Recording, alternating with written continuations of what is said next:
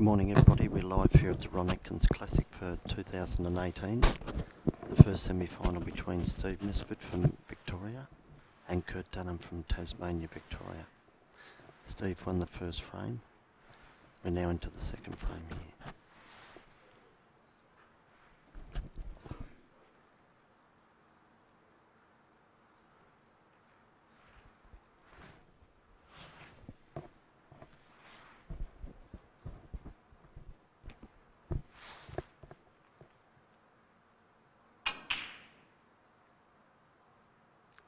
Kurt's played a cracker of a shot there. I think the red might be on in that centre pocket. We had a bit of a late start to the morning, a few technical issues, and the table was still being set up. The venue here is the Country Club Casino in Launceston. Les Higgins commentating with brother David Higgins, former patron of the Tasmanian Snooker and Billiards Association and long-time sponsor. Welcome, Dave. Welcome, Les. Yes, it's certainly been an entertaining first frame with a very large break by Steve Misford in the first frame. Kurt Dunham had a number of opportunities to fight back and was very unlucky coming down to the closing shots, but Steve closed out the frame. We're whispering here, Dave. We're only, 10 metres from the table. We're right on top of the place, so anybody that's watching, if you could just send us a text message or post on the Ron Atkins Facebook page just to let us know that the live stream is coming through and we can actually be heard. Great pot there by Kurt. Nice and solid. Actually playing on Ron Atkins's former table. It's been red cloth, the rubbers are done. It seems very tight, but looking at that shot that Kurt just played down the rail, it could be in for some good potting today, Dave, I reckon. Yes, the table's come up a treat. Les from Allcox, has done a marvellous job. The table's really presented well.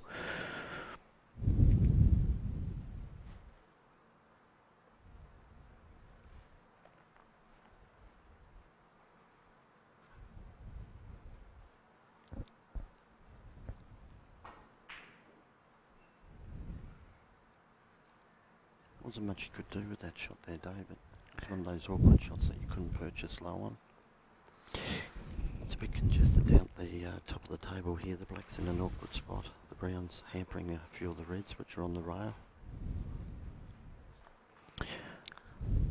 It's a safety shot here that Kurt will be playing. Back up behind the yellow, I'd suggest. Unless he can get to this back red.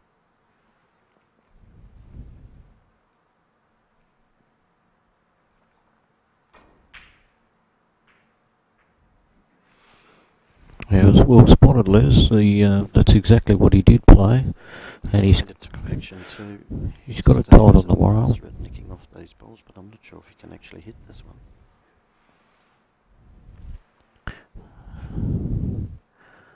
We'll just rest off the rail here on this bottom red.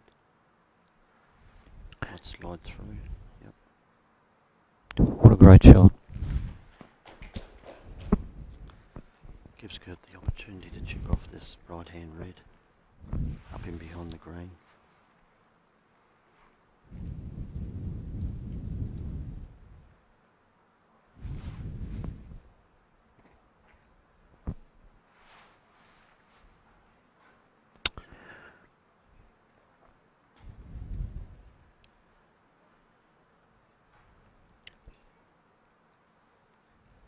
And of course the Ron Atkins Classic is sponsored by Reventon, the financial advisors.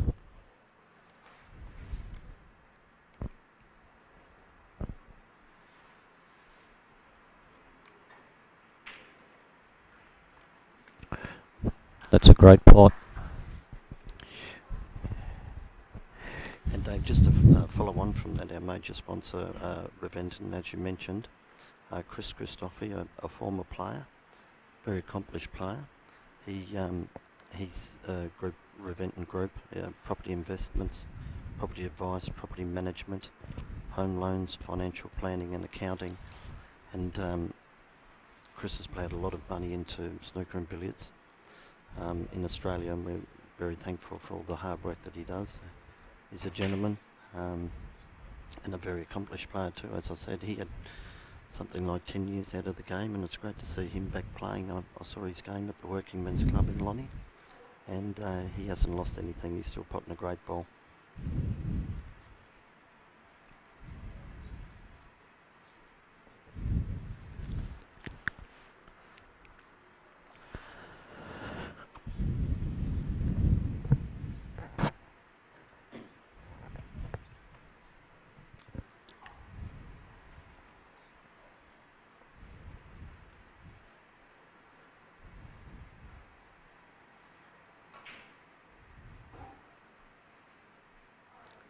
Stays away here, and it looks like the black goes there. We'll go back on its spot.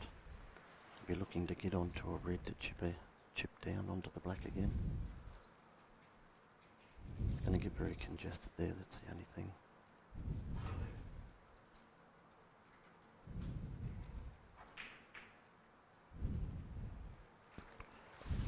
Tough shot, but I don't think he's left much here. Got to be looking at clipping off that red right next to the pink.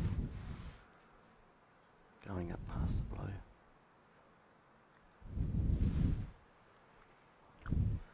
Also frees the pink ball up somewhat too.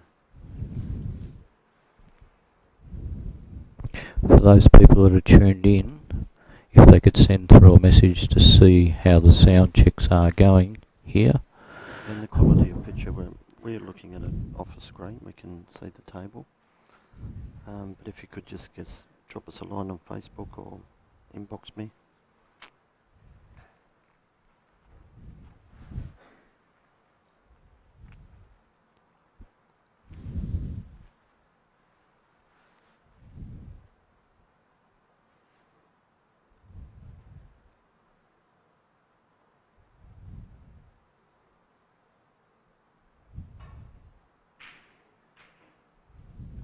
Beautiful shot there by Steve, nice and clean.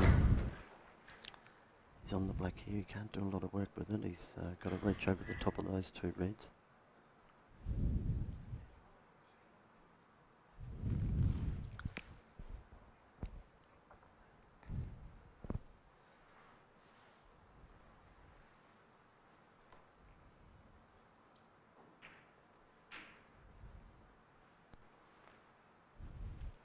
What do you think of that, Liz? Do you think he'll chip that second red from the back end?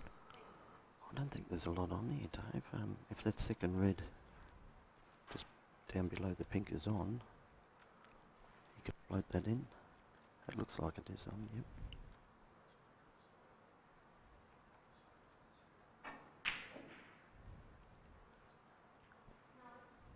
That's a great shot if he's back on the black here, and he's got a slight angle to disturb a few reds.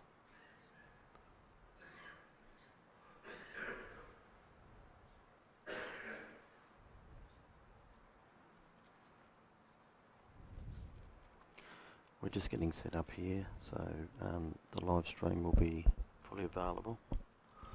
Salty's just posting the link now, I believe.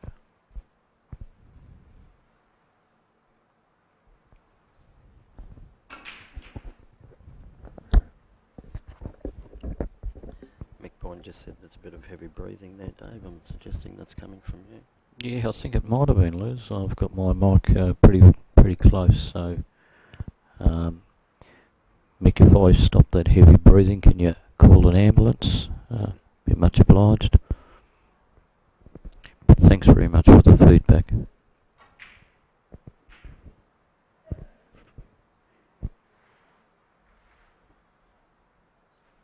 Steve's back in here. He's got an angle to go back up with that red down below the pink.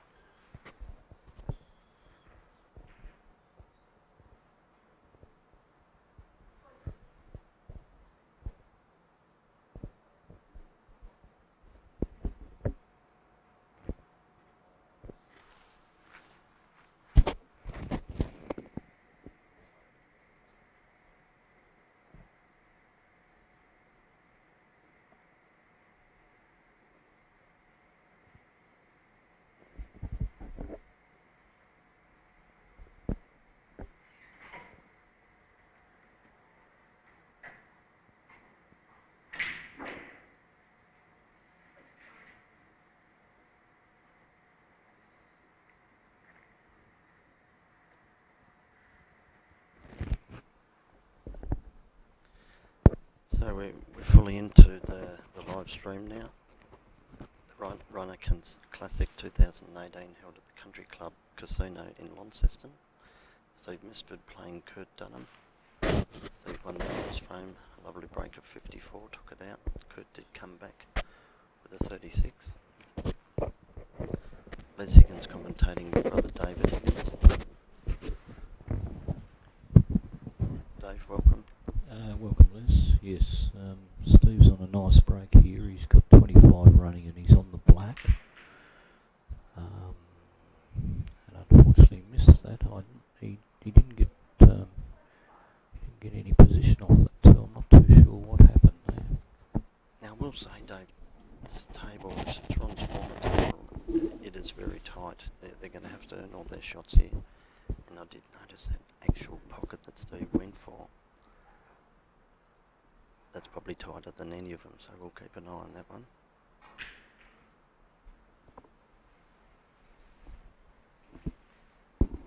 It's really good to see that the number 1 and number 2 seeds, Les, have made it through to the semi-finals.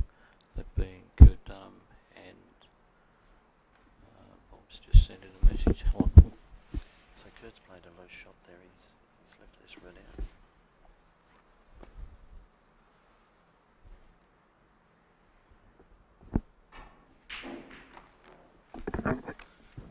Thanks, Bob Boucher. Just sent through a message saying you're a bit loud here. I know we're very close to the table, so Salty's turned the sound right up. We'll get that adjusted soon, if you can bear with us.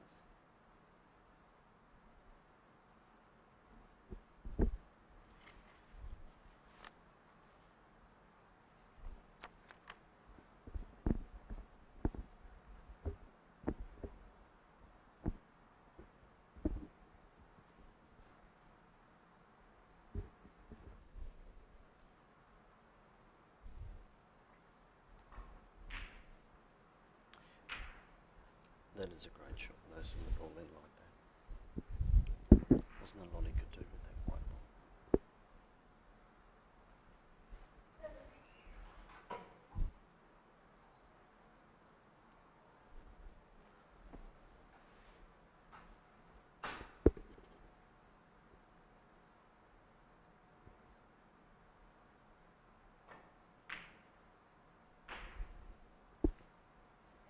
Good touch, and he's got on the right side of the ball. Not sure if he's got enough angle to punch down in between the kink and the brown to try to knock a few of those balls.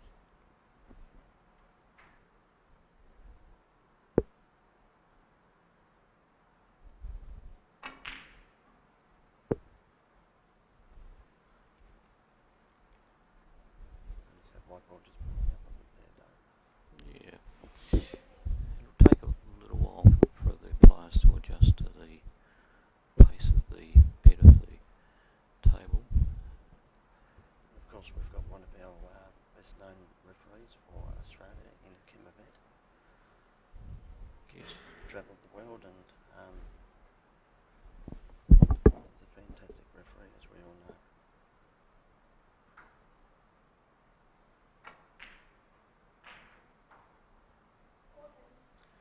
Really starting to fill that pocket up on the right hand side by the looks of it.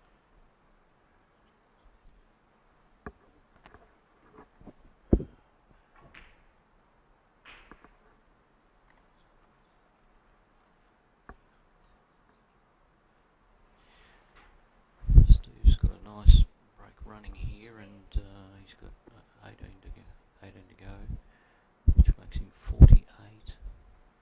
Kurt's currently on 6. This game is becoming very close to being almost decided.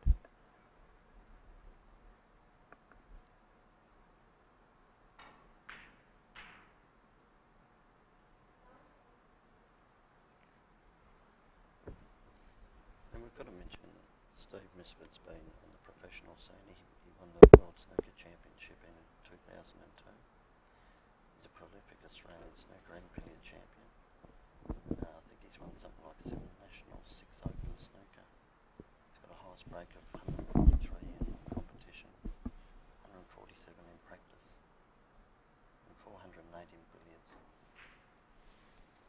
They're massive numbers, Liz, aren't they? They're just massive numbers. And Steve's still very young in age. I don't know his exact age now, but I remember him coming up through the underage ranking events, under 23s, which he won along with every other Australian championship that could be won in this game. And just a great testament to, dedication, hard work, what you can achieve in this sport. And similarly, Dave, with Kurt, we still call him the Tasmanian, which he is. Former Australian 8-ball champion. He won the Oceania Snooker Championship in 2016, the 6 Red Australian Championship in 2016, and the Oceania Championship put him on the pro circuit, which I think he's had his 2 years and did us very proud. And of course, Liz, he's from the northwest coast of Tasmania, which is a place that I lived for 30 odd years. Great little town of Burnie, and we proudly call him a northwest coaster for those that are listening in from the northwest coast of Tassie.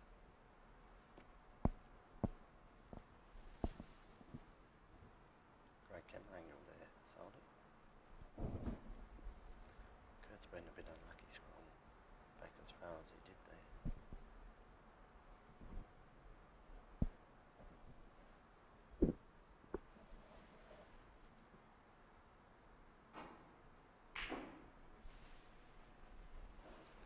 I think he'd just be happy with the pot there, albeit I think he might have stuck at himself at the same time. Yes, he's been desperately unlucky there. One to finish where he originally did, with the white ball right into the middle of the top left-hand pocket, and now he's managed to snooker himself on the last 3 reds, which is just unlucky.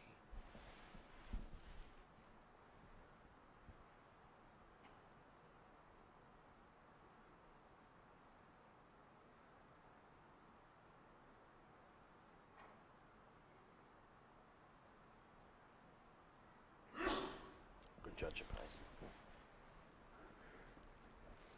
There's not a lot that Steve can actually do on this shot either. Guys, hopefully we've fixed the technical issues that we've had. Obviously we're a little distant now. We'll get this right soon, guys. Probably in time for the final. Yeah, please bear with us.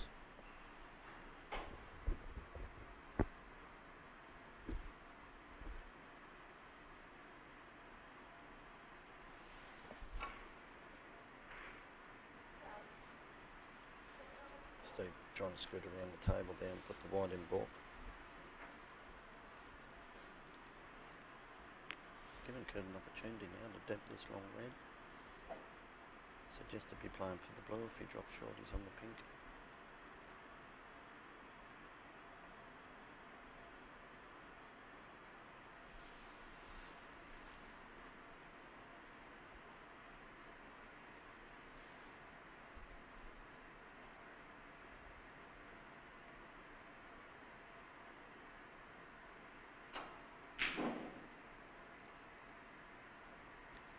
Got that a bit thick, but he's got out of it.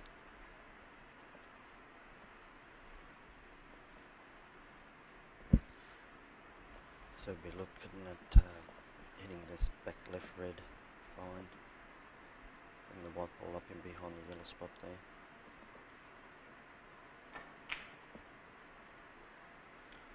I was going to say before, Liz, the 2 seeds, of course, Kurt Dunham, former professional ranks, and Matthew Bolton, both returned to play in this tournament, the inaugural Atkins Classic.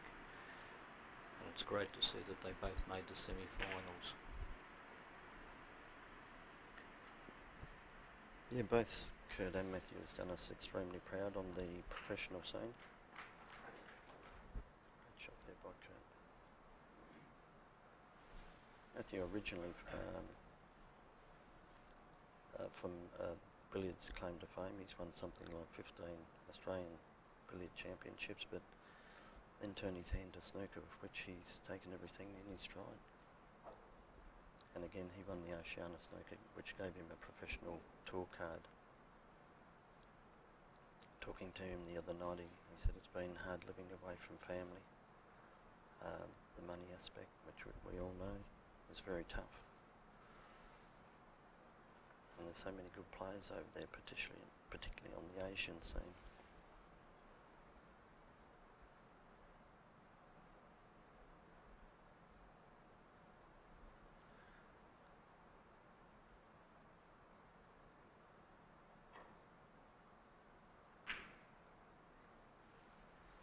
Yeah, Steve's played that pretty dead weight. He didn't want a chance leaving that red over the pocket on the right hand side here.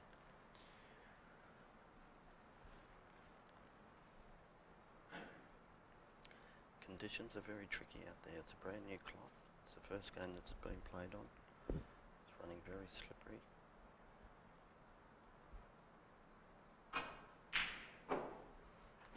That's a great hit. Nice and smooth. You don't have to hit the balls hard on these new cloths. And these guys are very accustomed to these sort of playing conditions.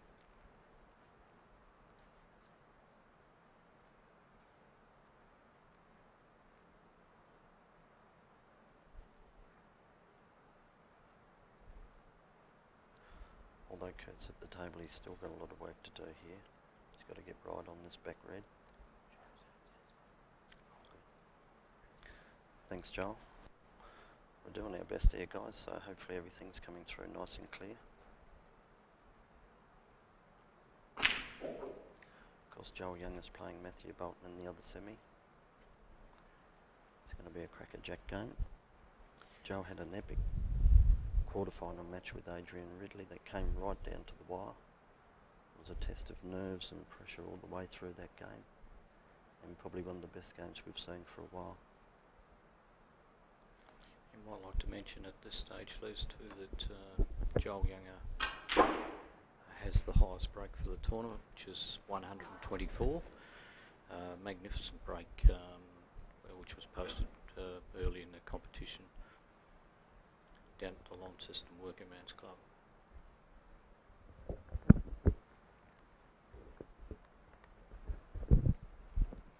Yeah, I think his break's 121, but I'm sure he'd be happy to take 124.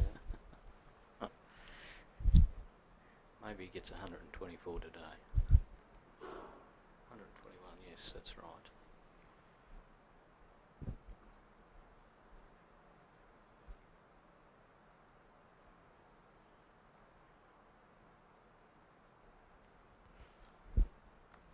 I missed that shot how he got that red out. That's a big shot.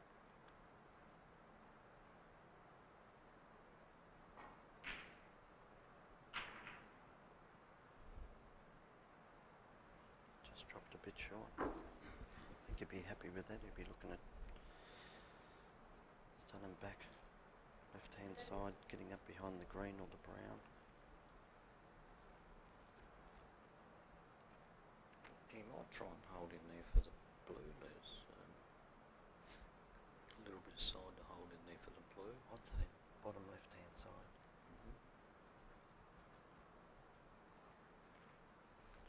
Thanks, Bobby, for that feedback, Bob Boucher.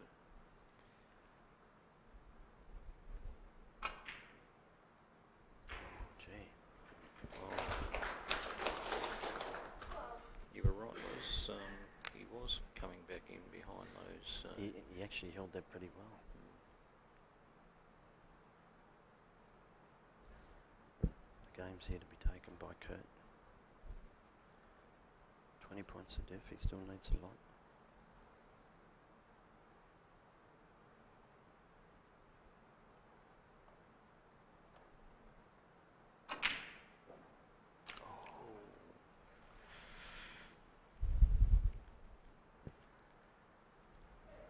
He was actually trying to hold for the yellow again. I think that's what's cost him the shot.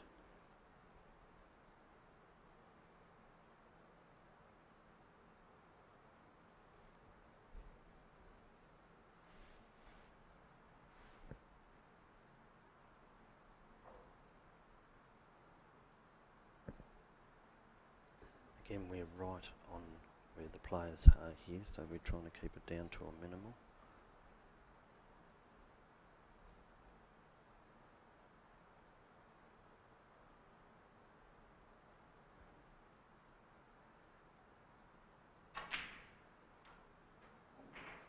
That is a great shot. Great shot to hold for the... That's a great Green. pressure shot. You can see on the angle there, he's just played that to perfection. Yeah, great shot.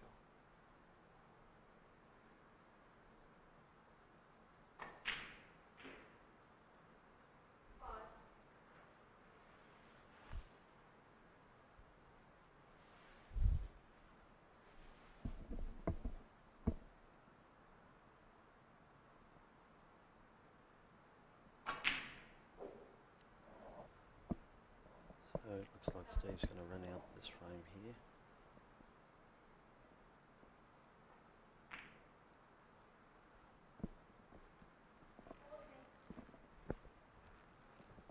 Steve will lead 2 frames to nil, best of 7.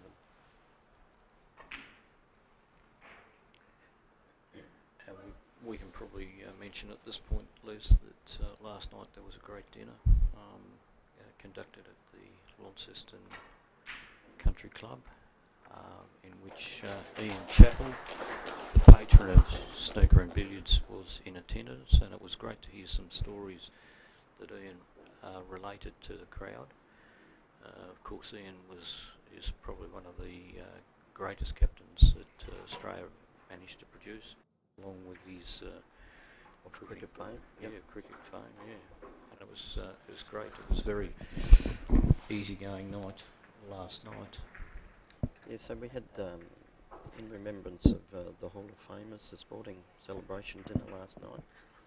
And as you said, we honoured the late Ron Atkins, Max Walker, and sadly Tony Bennyworth, 3 great sportsmen from Tasmania and Australia. And Ian Chappell, as you said, got up and said a few words about Max Walker. Rebecca Van Ash, who's again one of our Australian lady bowlers, who went to the Gold Coast and won something like 3 gold medals in her sporting field of lawn bowls. And Robbie Falbari and myself got up and said a few words for Ron, and yeah, it was a great night. The MC, our brother Rob Higgins, and Paul Cosgrove made sure that the night went off as it normally does, very smoothly indeed. I think a few of the boys are probably still kicking on tonight. I haven't seen a few of our Tassie locals of late. Beck Van Ash has actually won some world titles too, Les. I think there was 3 that were up there that she'd managed to win, and it's just a great effort. And she's only very young. She's only 30 years of age, so... And spoke very well too. Yeah, look, she's very, very polished. Very impressed by Beck. Like she showed her a few trick shots on the 8-ball table. I must catch up and see how she's going with them.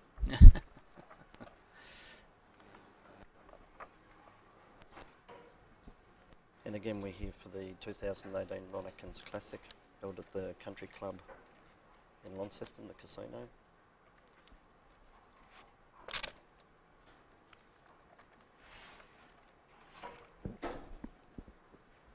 So just for those of you that have tuned in as well, I think it's fitting that we do recall the history of Ron Atkins. And Ron's story can be traced back to 1964 when he won his first of his 16 Tasmanian snooker championships. He also took out 2 Victorian snooker championships, 3 Australian snooker championships. He was secretary of the Tasmanian Billiards and Snooker Association for a combined period of 7 years. And Ron was also the secretary of the Tasmanian Billiards, the president of Tasmanian Billiards for 10 years. Ron was president of the Australian body as well. He was made a life member of the Tasmanian and Australian Council. He's also a life member of the IBSF, International Billiards and Snooker Federation. And in 1996, Ron received one of his highest honours that anyone can achieve in life, when he was recognised for his magnificent and outstanding contribution to billiards and snooker, by being invested with the Order of Australia Medal, OAM, very proud moment for him. Ron's also an avid supporter of women's snooker. We have the Ron Atkins Shield, a triangle event held in Tasmania. And because Ron and Harry, we have the Victorian Tasmanian Challenge, the Andrews Atkins Shield every year. So we're just getting into the third frame now. Steve Misford leads 2 frames to 0. Kurt Dunham at the table. Again, if you could all just let us know that it's coming out okay, the live stream is working, that would be appreciated. Thank you.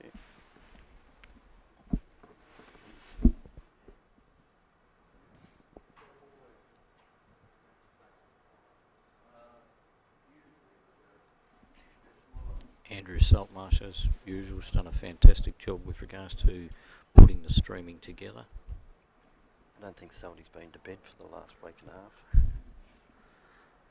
He scrubbed up all right this morning. But then again, I think that's not uncommon for Salty, regardless of whether he's live streaming. Oh, crikey, what kept that out? That ball might be just a little bit snookered by the other red, Les. How does that look to you? Yeah, I think you're right. He might have to jacky this other red on. But I don't think he can get cleanly on the black.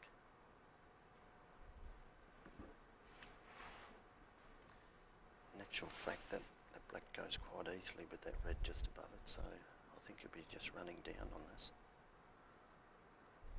Oh no, he's purchasing. Come back for the blue.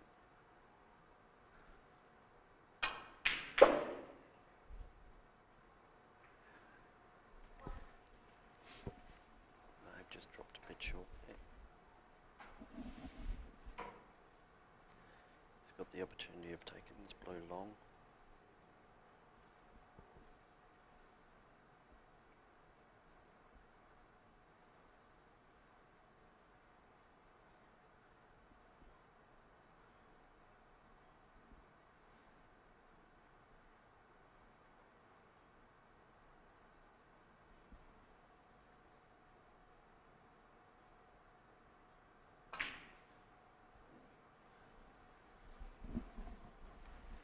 They seem to be drawing out those shots, don't they? Yes, and unfortunately when you do miss, it actually... Does that open the door for Steve there, Les? Yeah, the one at the bottom of the pack looks like it's actually on. The one just above the black.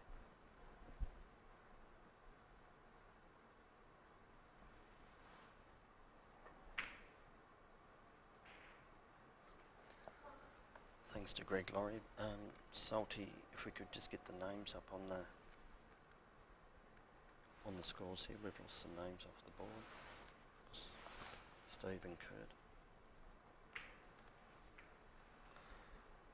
Thank you, Lucky Laurie, our Australian Masters champion and world champion, I think. Yeah, great effort by Greg. He's a guy that's actually been in the game a long time. Actually grew basically up with him on the tables, and big cheerio, Greg.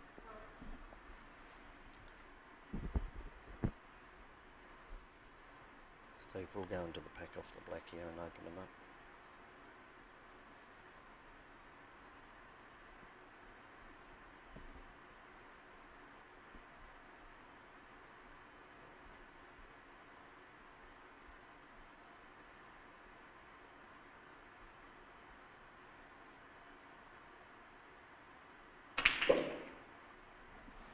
He's opened that up nicely, Les. Yeah, and I'm pretty sure he's got that red into the centre now, just to chip back off the black.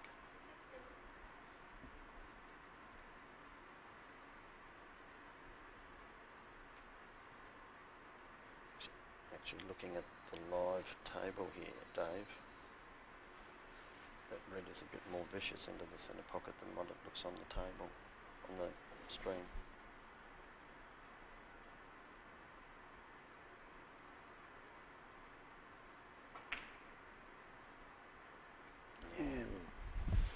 Because the angle was a bit more vicious than what we first thought.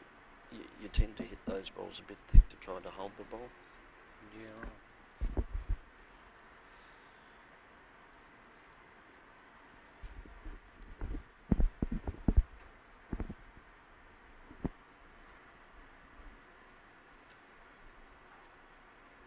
Dave just said to me, you can send that carton of beer through to him, Greg Laurie, soon. For that plug.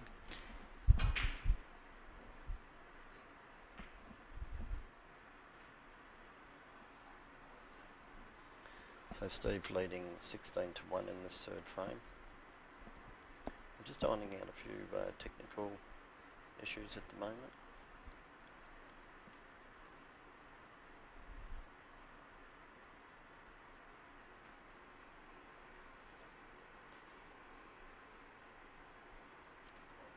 And of course the game following this semi-final will be between Joel Younger and Matthew Bolton, who's just returned from the professional ranks, Matthew, and done Australia proud.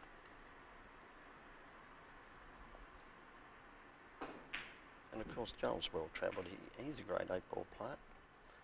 Got a fantastic exponent on the table in snooker as well. And I remember in the older days he was a brilliant junior player. Won everything that came before him. I think he might have taken a couple of years off and then came back into it. And again, a prolific 100-break player and pretty to watch. And as you said earlier, Liz, he currently holds the top break for the competition at 121. There's been a number of hundreds posted in this competition, along with some very high 80s and 90s. The field started at 76 and we're now down to the last 4 players in the semi-final.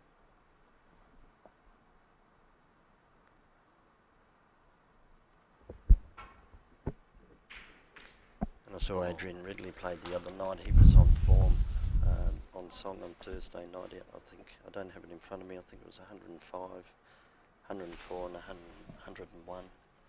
And each time he fell down on, for his standards, a pretty simple shot. Could have been in the very high hundreds.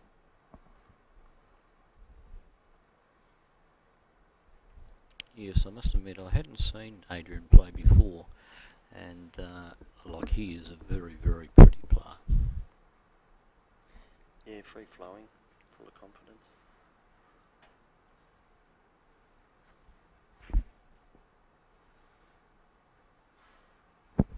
Beautiful touch there by Steve. Choices here, probably take that red and get on the pink to bring the pink back into play.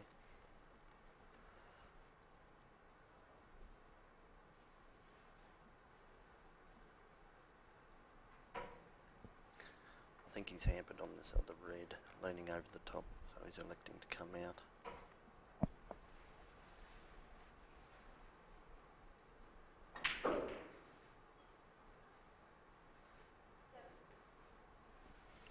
Looks like he's got quite a few running here, Liz. This could be 100. Yeah, it'd be great.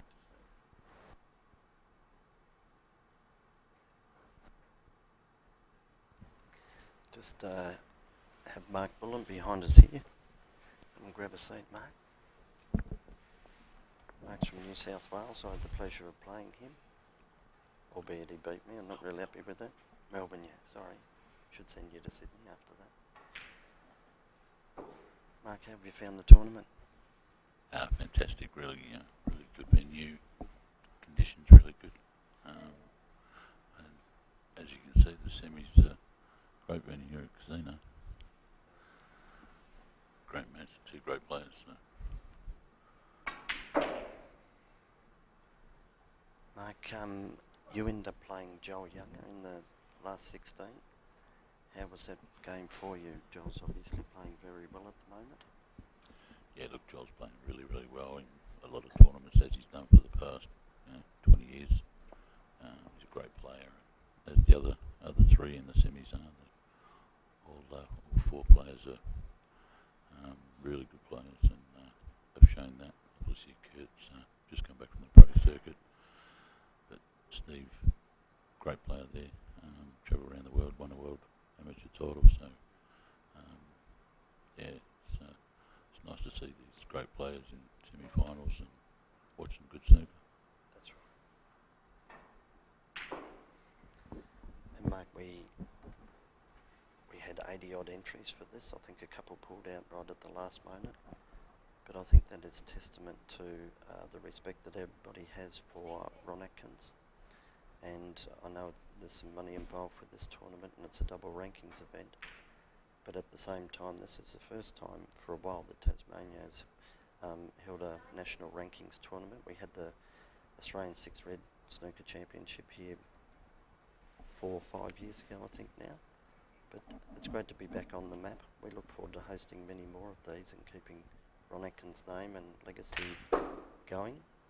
And I can see that this tournament, or this classic, is only going to get bigger and better for years to come. And it'd be great for all you guys to keep supporting, and we'd love to see you here and hosting it once again. Yeah, look, it's fantastic to have all these great tournaments and have some respect for past players like Ron Atkins, and look, thanks to some of the great sponsors we've got too. Chris from Reventon, he's put in so much into snooker over the past couple of years. It's kept this game going, which people like Ron would be really grateful for. Players today, look at these semi-finalists. We've got a great 2 matches. So look, the sponsors, obviously, without them we can't have tournaments like this and great venues like this. And obviously the Workers Club, it's a fantastic venue, honestly. How good was that those 2 showcase tables out in what we would call where the 8-ball tables are normally held? I don't think you'd find a better venue for 2 tables like that. Nice and open. I know as soon as we walked up for our game, we felt like we were playing in a world championship. We won't go on to how we actually played, but it was a great atmosphere, and we need more of that, particularly for Tassie. So just getting back to Joel Younger, I've watched a lot of his games over the time. He's a true professional. He just goes about his work. There's no fuss. Gets down, does the business, and we have quite a few of those players. Steve, obviously, and Kurt, and Matthew's done the pro scene at the moment as well. All goes well for Australian billiards and snooker and Q Sports in particular. I don't know if you followed the 8-ball, but I love what they're doing there. Dan Lynch with his live coverage, live streams, as well as our commentators, the voice of 8-ball, Jamie Stevens and Peter Butterworth. It's fantastic what they're doing. Soldy with snooker and billiards here in Tasmania, and when he gets the opportunity to be an advocate on the wide scene as well. So Steve's got a few running here. What's he actually got? 38 to go. 38 to go, Liz, and I think I might have called 100 before, but I'm starting to. I didn't realise it was so early in the break. Yeah, she could pick a winner like that for me early in advance.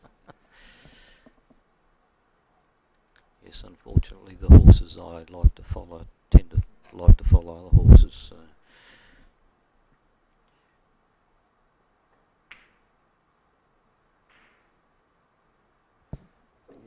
Is that one in the middle, Liz, do you think? Well, it must be. You think? It's a nice open for the other Reds. Oh, he'd be looking at coming back for the Blackie odd. Oh, okay.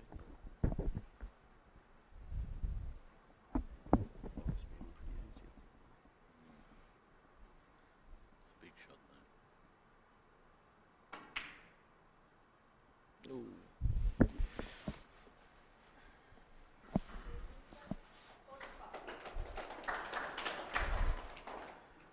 What have we got? 67 still left on the table, so So there's still plenty there for There's Kurt. 61 playing 1 at the moment. That score hasn't quite updated for Steve Misford.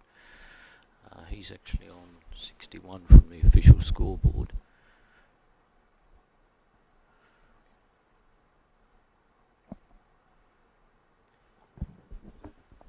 Mark, a few of the guys came over with you for this tournament. A few that I haven't seen play before that are very accomplished on the table.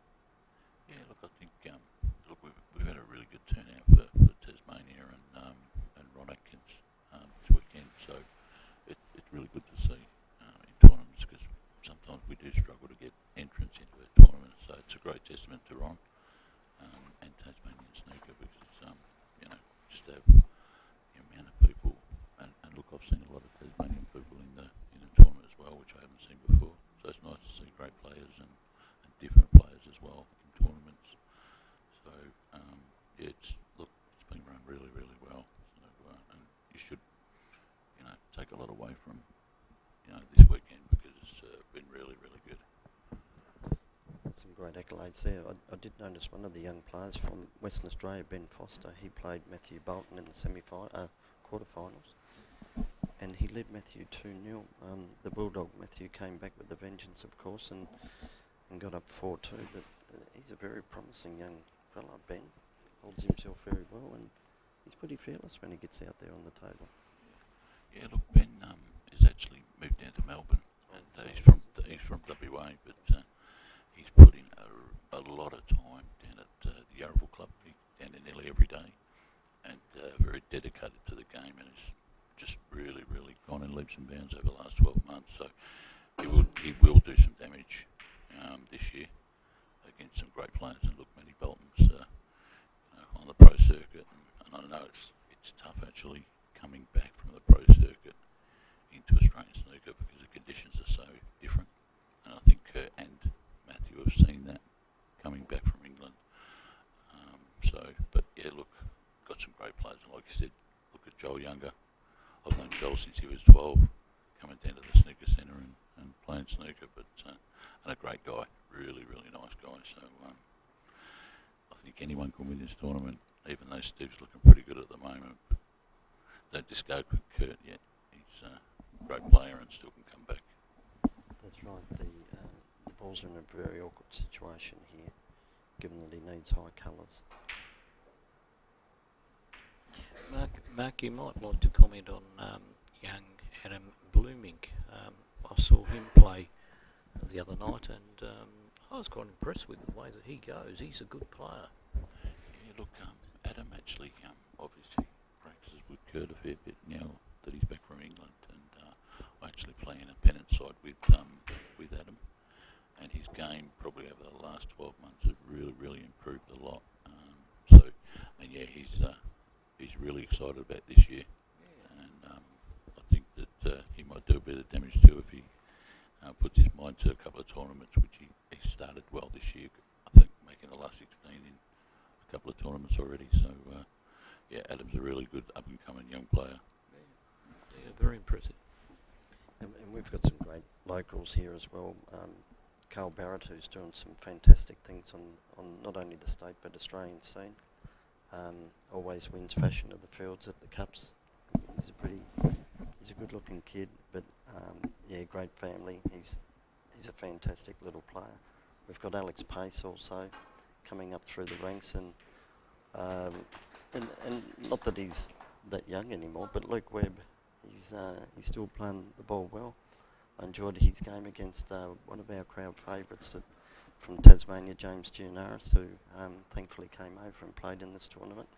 It's great to see James back on the circuit. In actual fact, I know he's probably isn't playing all that much, but he was. It's just great to see his presence back here because he's been a great player over a long, long period of time. This is a must pot the brown to keep Kurt in the game. It's a good hit. It's great. Great.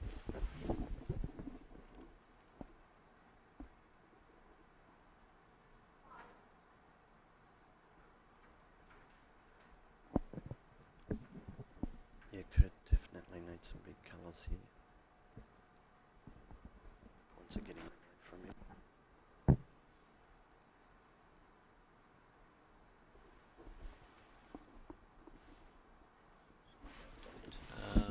Thanks, Fiona. It's Steve Misfit's 61, Kurt's 6, and he's got how many has he got running loose? Oh, I see the frame break. He's The got 5. no, he's got one. I think. All right. Yep. Okay. He has got 5. Stand corrected.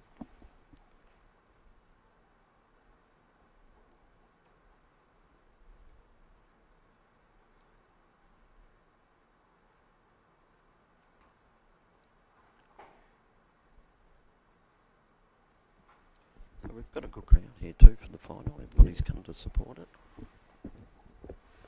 At the dinner last night there was 130 odd people. The Workers Club has been packed every day since this tournament's been on. Oh. Hopefully he's just got a gap there to hit these reds.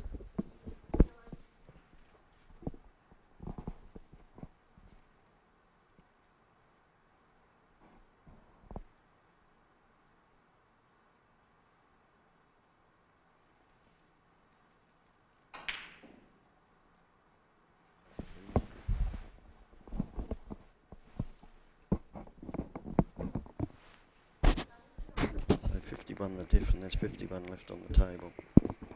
3 blacks.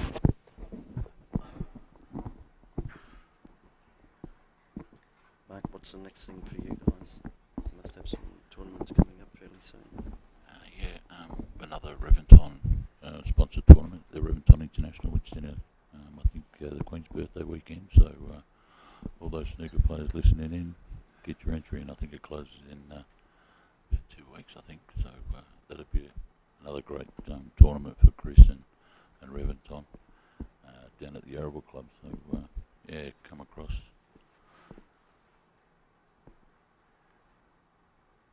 How many you're expecting in the field?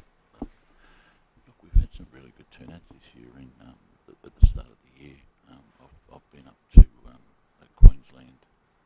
We had the Classic a couple of weeks ago over at Yarraville, which was a really good turnout. Obviously, that was a little bit different format. Obviously, we had group stages, and a lot of other clubs around Melbourne helped us out with that. And obviously, this tournament. So yeah, we've had some really, really good turnouts, which is great stuff, you know. And look, a lot of the top players and even some of the veterans of the game, you know, coming in tournaments. It's nice to see Roger Fairbrother here this weekend. And Didn't he play I well? was with Stan Gorski. I hadn't seen Stan for a while. and yourself. Yeah, probably not so much me, but obviously Stan, former prolific Australian champion. Yeah, and he was back in our day when we were coming through the ranks, and Stan used to knock in hundreds left, right and centre, and was always the man to beat in any tournament he played. But yeah, in honour of Ron, he's made his way over here with Ben or Josh? I think it was Ben. Josh, sorry. Josh. And of course Marg Gorski, you know, she's won everything that can be won in Q Sports as far as ladies go. Yeah, I was actually talking to Stan a couple of weeks ago about a classic match he had with Joel in, I think it was a semi-final of a World Amateur tournament, which went down to the wire. So, you know, going back a few years, but turning back the clock, I think Joel got him in that match. But yeah, there was some great matches over the years, obviously, and they've travelled the world and played in some great tournaments. So we've come up with some great players over the years. That's right, absolutely. Well, we haven't mentioned Neil Robertson, our Australian hero, the Thunder from Down Under. And his brother Mark obviously is doing fantastic things on the 8-ball scene as well. He was runner-up to Mick Hill in the Anzac 8-ball championship. And yeah, just talking last year, I think Joel Younger knocked out Mick Hill being the world 8-ball champion. So yeah, Joel's well travelled, isn't he? He's done it all. We had a cracker of a game at the Workers the other night. It was Robbie Falvari playing Denny Main from Tasmania. It was a black ball game, final frame. Denny had first shot at it. I think he had a couple of cracks at it. Robbie got the chocolates there. Yeah, look, I haven't seen Robbie, obviously from Tasmania, play that much, but Danny, sorry. But he had a great match, and probably he probably deserved to win that match, actually, to tell you the truth. But it's nice to see, good Tasmanian people coming through the game, which, obviously they don't travel too much, some of them, but, it'd be nice to see them over in Melbourne or Sydney and in some of these big tournaments, because I think they can go really well. And the referees that have come from far and wide too, they're the unsung heroes, aren't they? The quad achievers behind the game.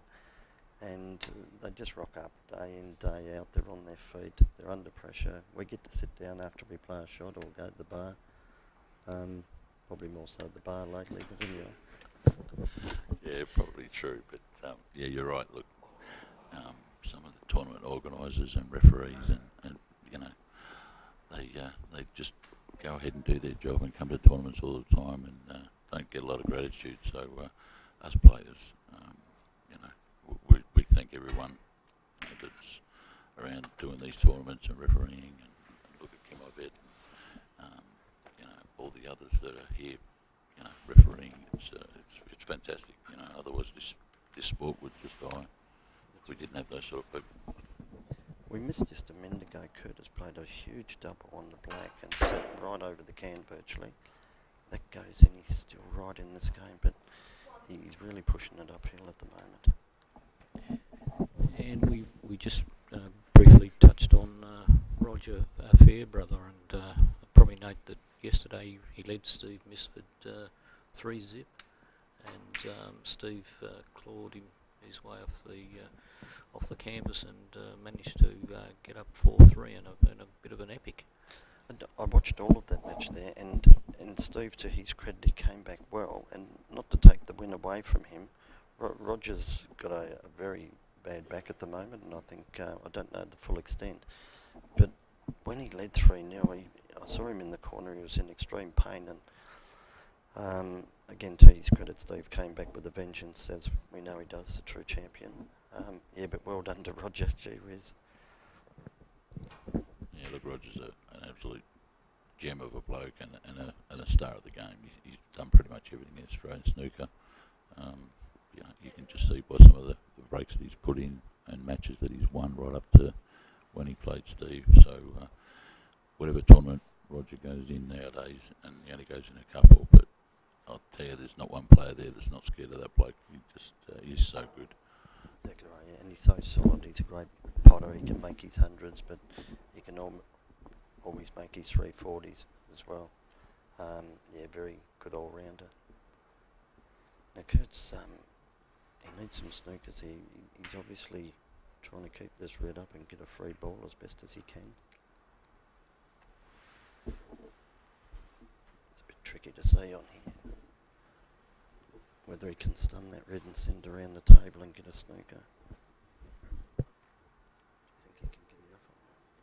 Yeah, look, if he can get enough on it, obviously the issue is he needs to try and put that, if he's going to stun the white behind the yellow, he needs to put the red somewhere near one of the other colours, i.e. the black, if he can get it down there. So I don't think he'll be trying to stun beyond the pink. He'll probably get the double kiss back down. Yeah, that's right. The yellow. It's a little bit better. Yeah, he might go behind the yellow there. Yeah, Salty's working his magic again this morning. Oh, yeah, that was only.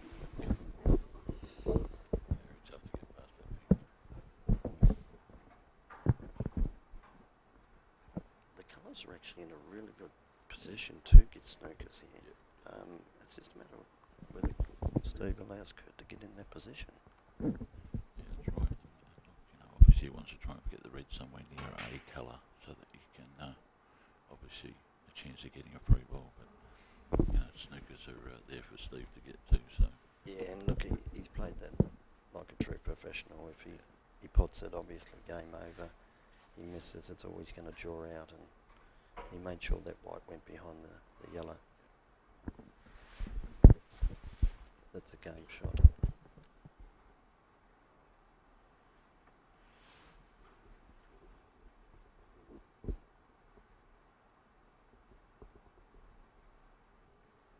Just got to watch that the white doesn't take off too much, and on these slippery cloths they don't come in. yeah, it's going to be pretty tough here for Kurt. I think he's probably got to come off 2 rails to hit this red. But judgment's got to be perfect. Obviously, these cloths are going to be skidding a bit. This table's only just been set up early this morning, 5 a.m. this morning or something, so tough to judge. But he really needs to get out of this and leave the red fairly safe.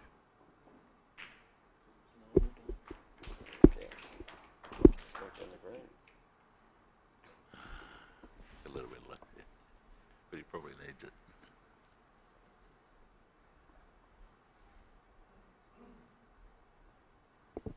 So we're right on the table here. We're trying to keep our commentary and noise down to a minimal.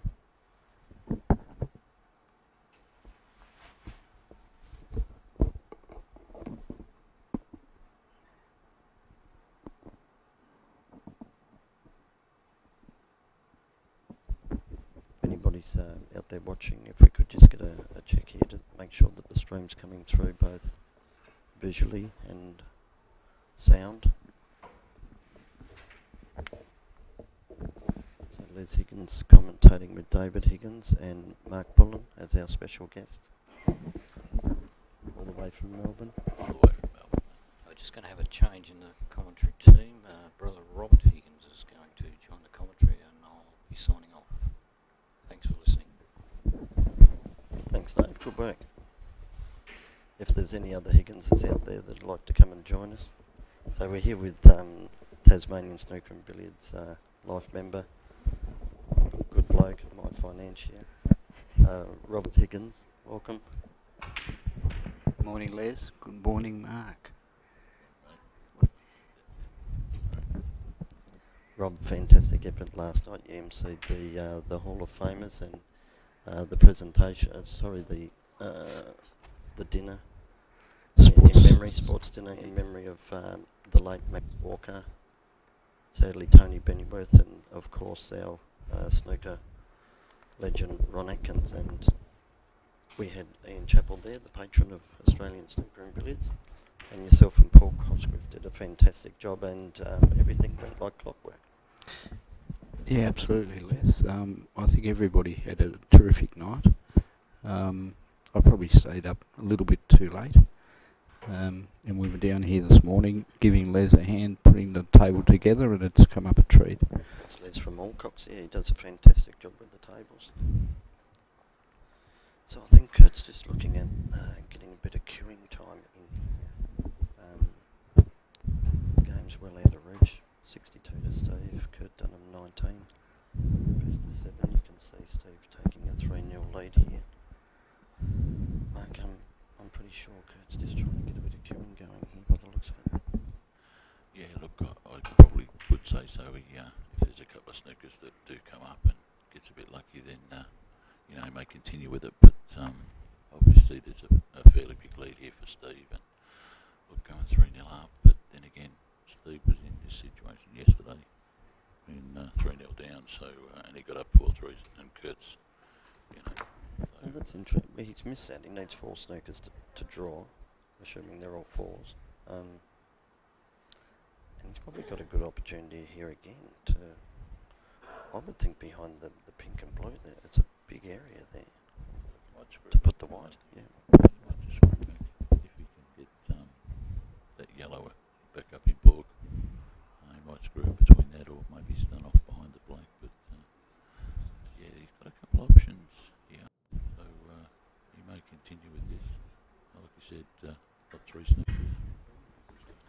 Originally I thought I was just looking at some queuing. And Rob, what would you do here? Popping this queue? Yes, Les, thank you for that. Kurt, of course, is a very good friend of ours. Tassie born and bred, first ever Tasmanian professional player to go on the tour.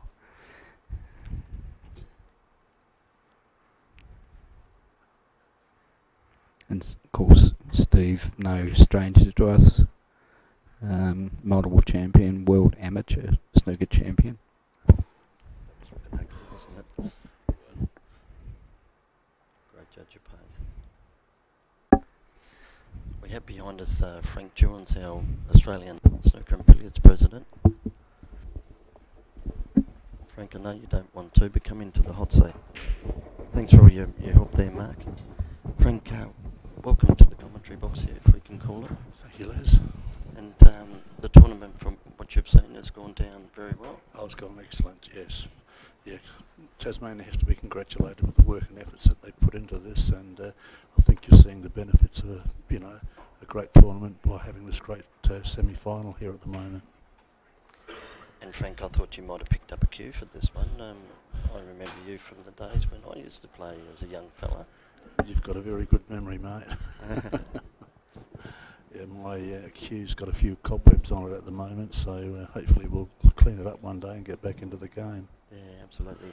Hey, it was great to see Jamie Gianaris and Ted Babiak picking up a cue again and coming over here. Yes, certainly.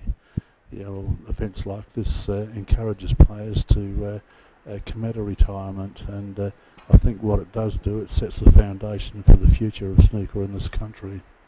That's right. We said everything's gone like clockwork at the moment. We don't see that changing.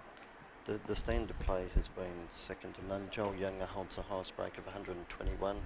Adrian Ridley's made 3 very good centuries, but we can see more to come as the table slows down a bit and the guys get used to it. Yeah, I think 121's a good challenge for any player that's playing on this table. It's a little bit tighter than what these guys are used to, but they're acquitting themselves quite well. Steve's just put that yellow up over the pocket now. He's just looking at cashing these. Yes, yeah, I think stopping Kurt's run. Yes, Steve's got this frame in the bank.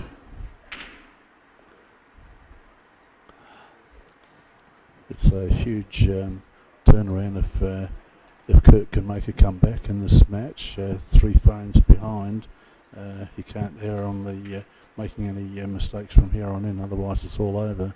That's but right. Certainly, he's good enough to get back. That's for sure. Absolutely. And Frank, you've been involved with snooker and billiards for many decades now.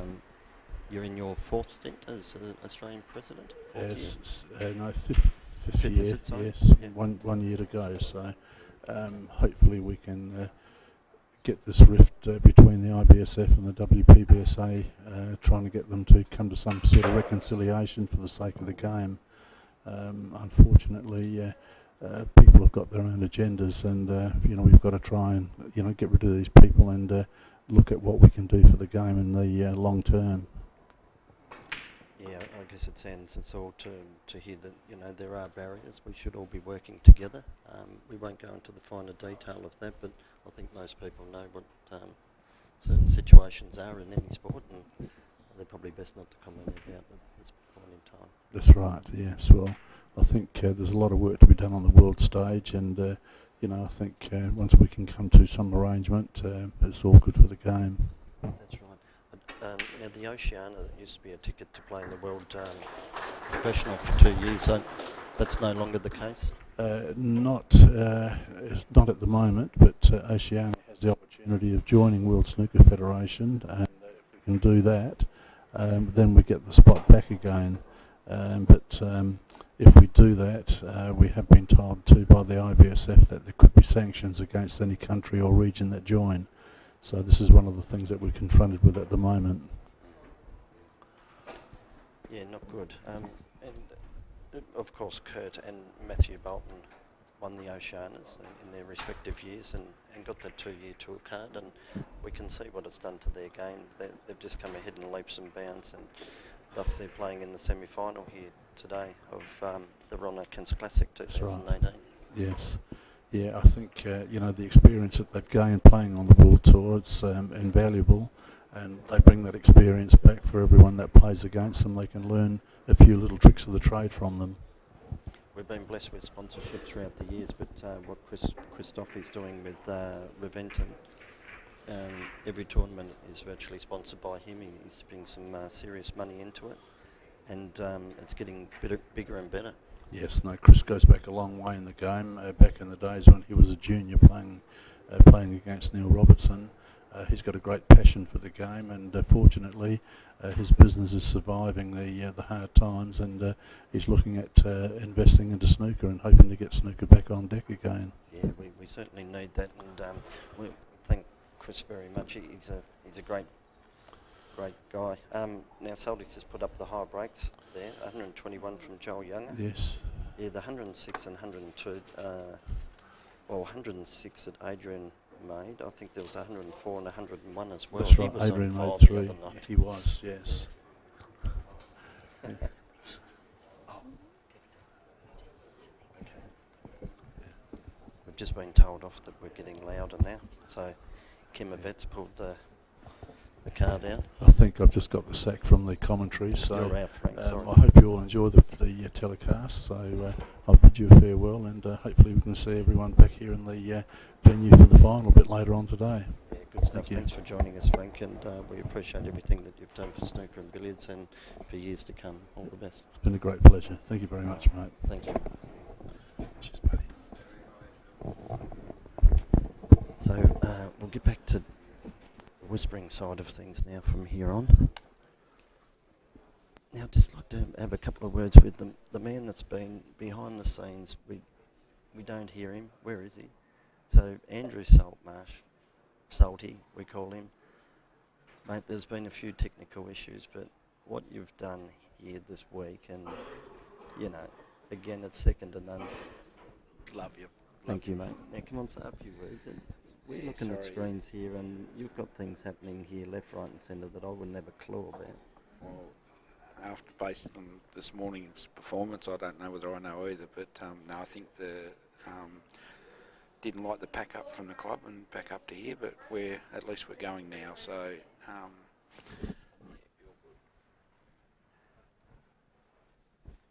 I'm actually going to walk away from where we are here so that we can talk a bit louder. If people could just send me a text message or a message on Facebook to say that you can still hear and see the live stream, that would be great. Right, I can be a bit more noisier here, I think.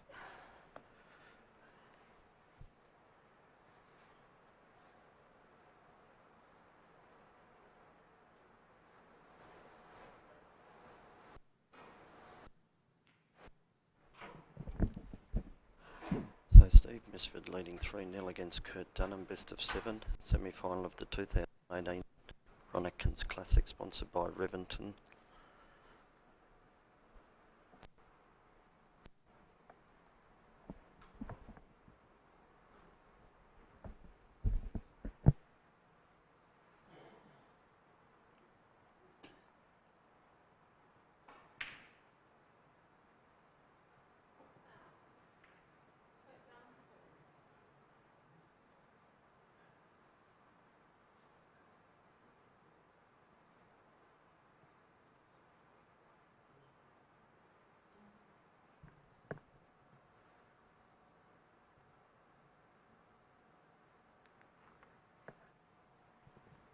Thanks, Mick. We're back online here again.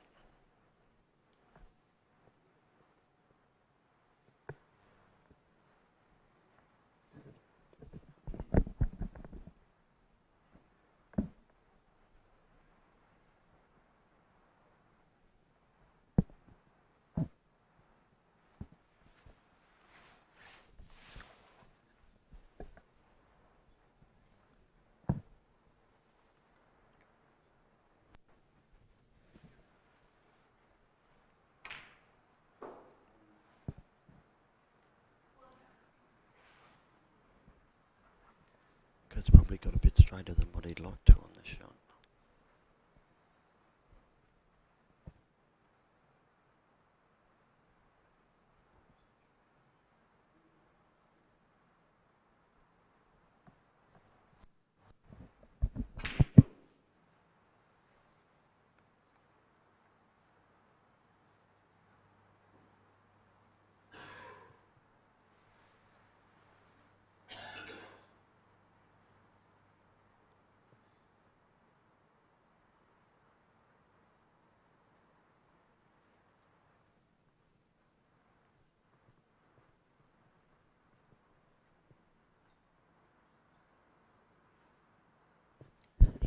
Sometimes with brand new cloths, they have this fine film on it, like an oil,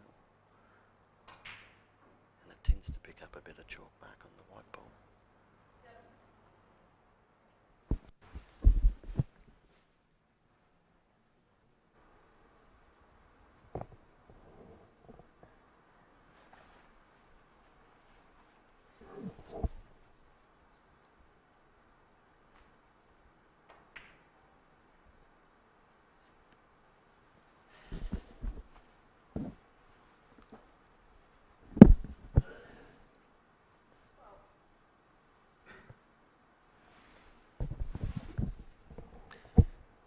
Kurt's on a couple of these reds here, but it's a matter of whether he can get back on the colour's the issue.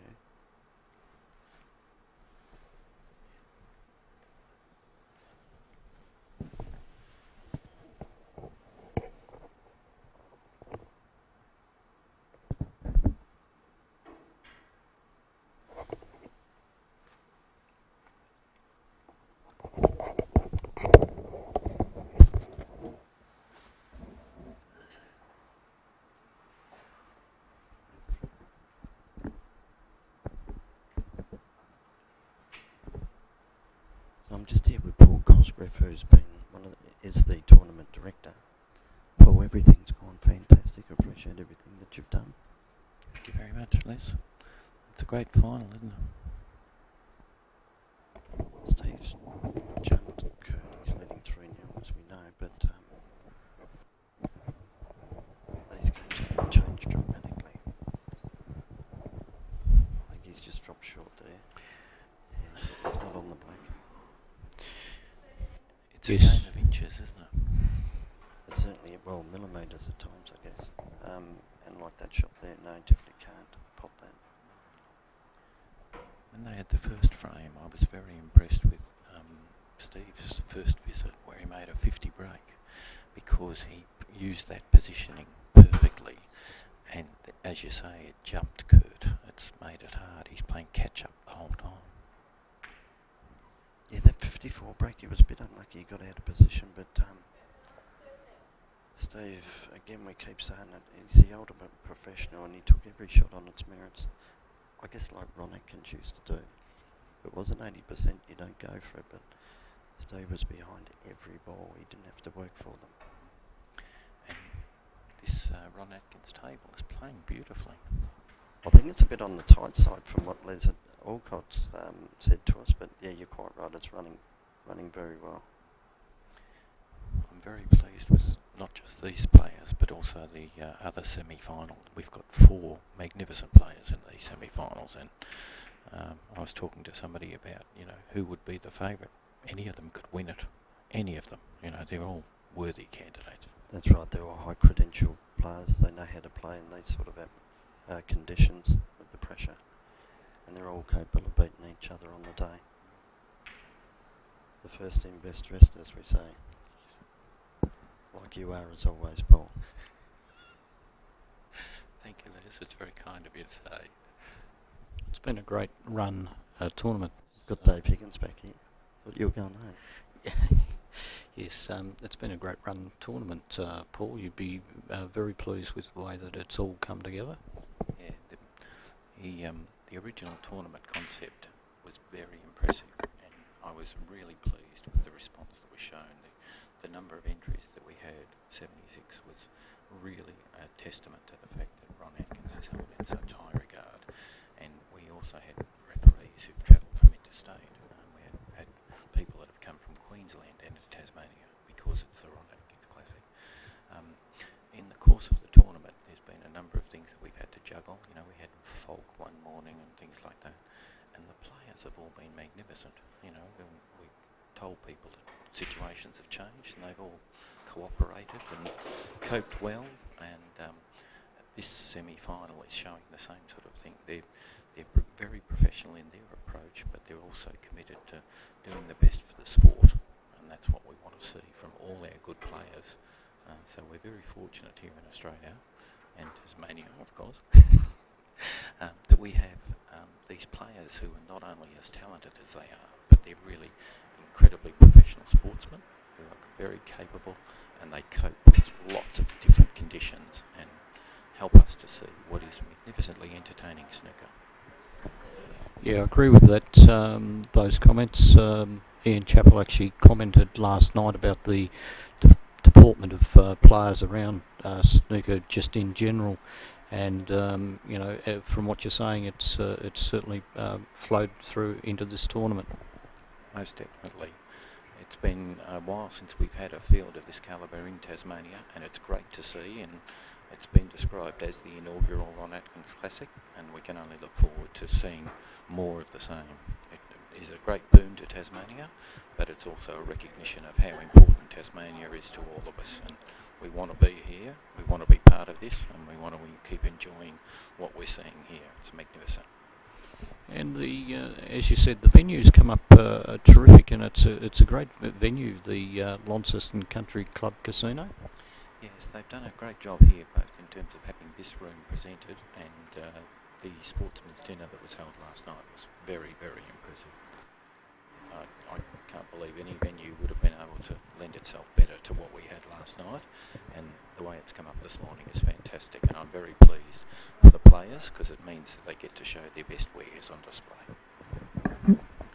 Yes, well, we're certainly seeing some top-class snooker, and for anybody that's in the neighbourhood of Launceston, please come down and join us. It's a wonderful spectacle. We've got two professionals that are playing off in the semi-finals, and they're playing probably players that are world class, little doubt about it, world class snooker on display today.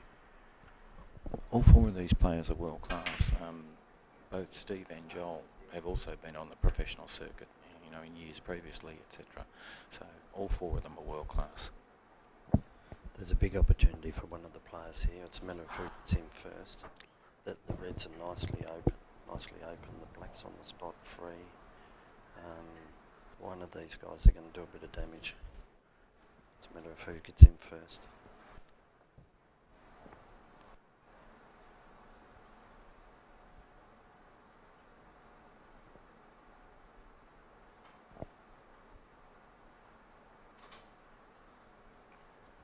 I was just talking to somebody in the media and they were saying, how long does a frame of snooker take? And I said, well, how long as a piece of string? But with these, they are incredibly determined and incredibly capable. So you can have periods of safety play. But when somebody finally gets in, you can clear the whole table. So, you go from periods of safety play over 18 minutes sort of thing. So, yeah, it's an amazing sport from that point of view. And what it is it's a testament to the players themselves that they can play in a very tight safety mode, but when they get the opportunity, they're so attacking, and their positional play is so good. They just tried to jacky that ball inside the red. Safety. Well, it's probably a good result in the end, going and off. Thank you, Paul. All the best with the rest of the tournament.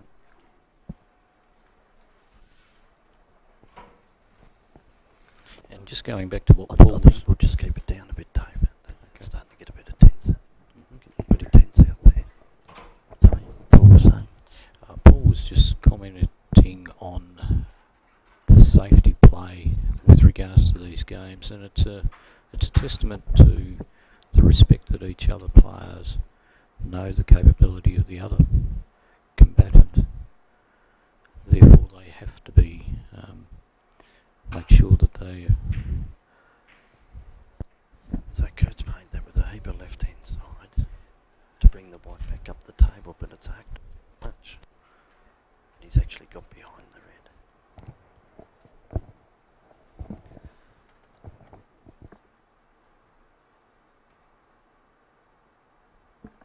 Steve's got that red behind the black, which he'll take, I reckon.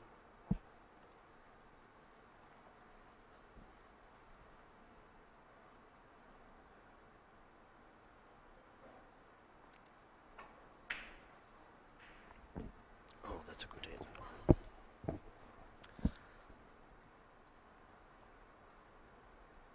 That's almost like a match-winning shot, that red, Dave. Yes, he looks as if he's in.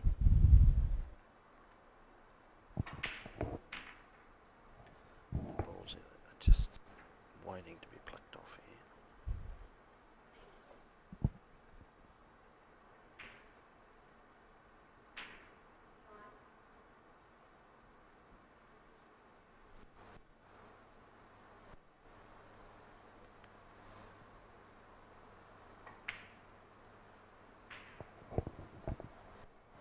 Got great touch, Steve, around the top of the table area, and so does Kurt. But Steve's just finessing these in.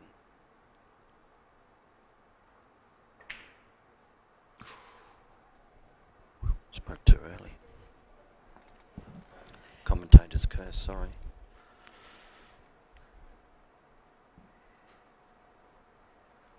So again, Kurt has got the opportunity here. I can just sense that the pressure has another level.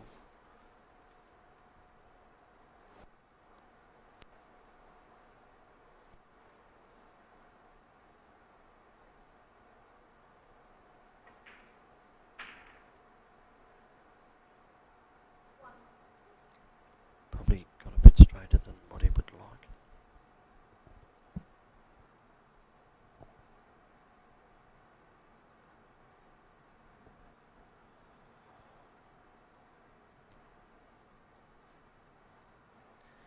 He's really going to have to pump this in if he's screwing back.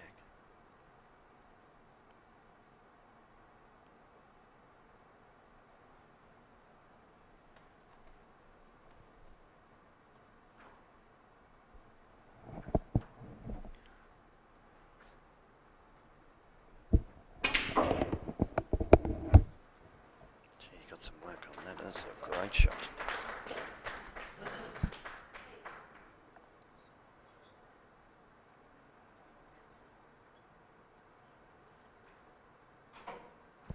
So this red just goes to the centre.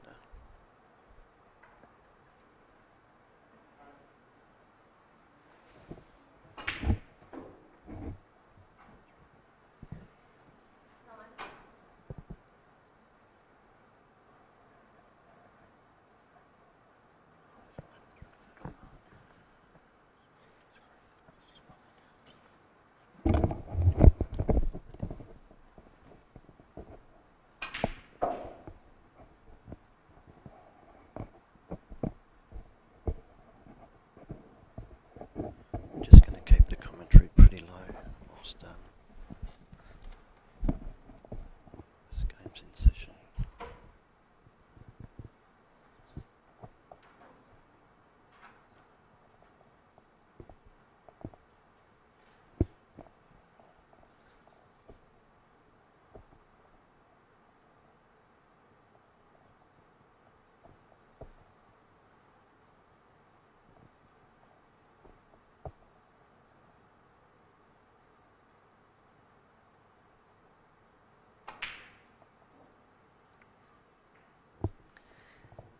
He moved on the shot.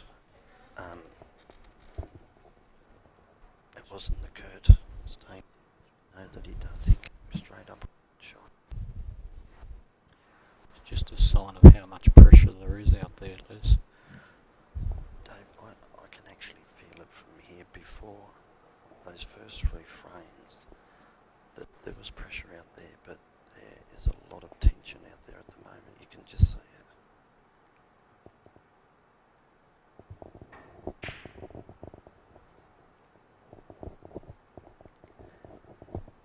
And you can notice it in their cue action, tending to jump on the balls a little bit more. Yeah, you've got Kurt who's fighting to stay in the game, trying to keep the game alive, and you've got Steve who's desperate to try and close the game out. He's just caught that a fraction thick. Still a good shot. May even force Steve to take this red on down on the right hand side.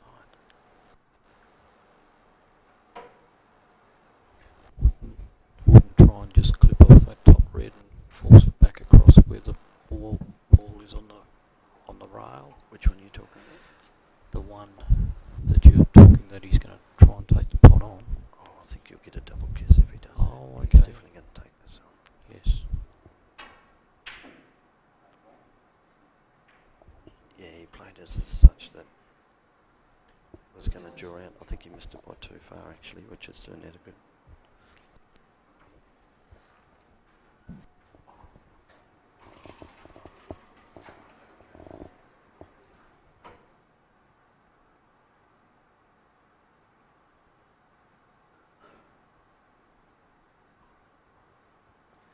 Kurt might be thinking he's got a shot to nothing here. Play the red in the centre. He'll be on the black, but he'll leave the white as such that he doesn't leave Steve on anything. Yeah, you're right, Les. That's what he's lining up for. It's a big shot.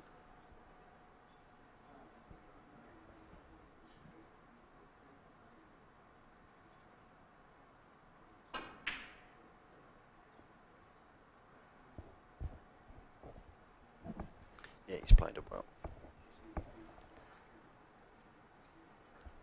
Steve may go for this red behind the black, send around the table, leave the white down there, or he might just roll up on the reds.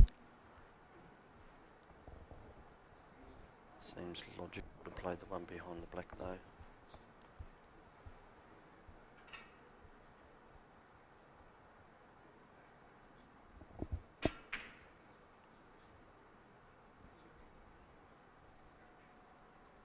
Yeah, it's well weighted. He's played that beautifully.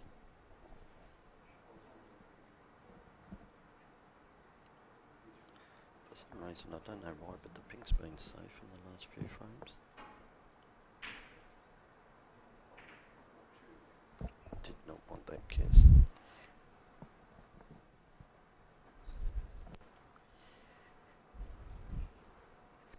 Yes, that one definitely hurt.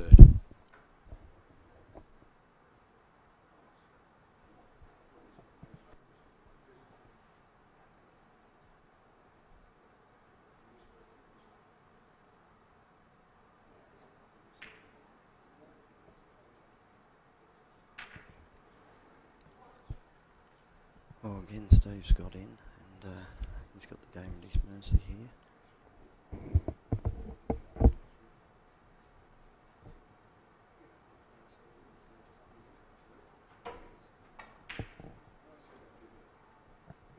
And if you look down at the four reds down the bottom here, Dave, once you put that bottom red close to the black spot, it frees up the red just above that, which frees up the next two reds.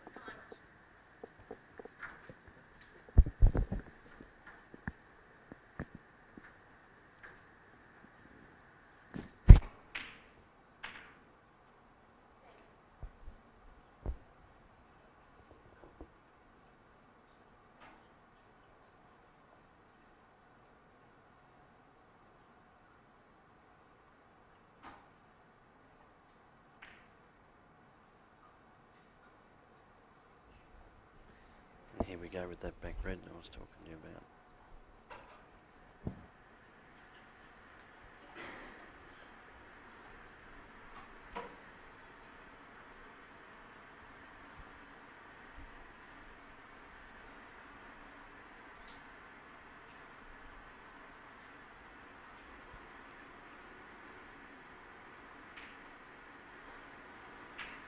Easy to take the yellow here. Get the yellow back up on the spot, frees the black up, and he's probably got an opportunity here to actually clip into the reds off the yellow.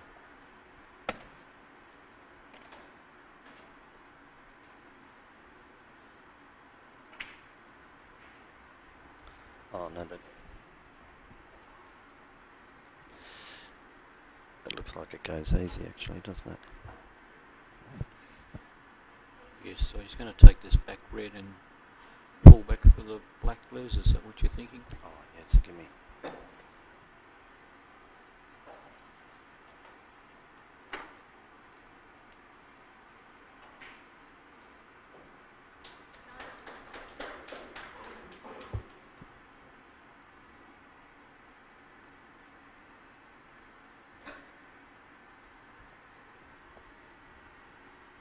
So this game's still in the balance here.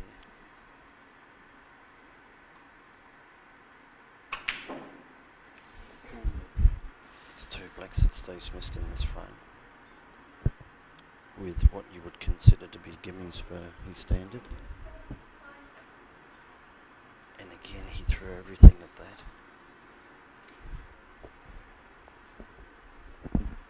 As you said, Liz, it's the pressure that's mounting out on the table. Yeah, the guys, we said it earlier, but you can just feel the tension out there at the moment.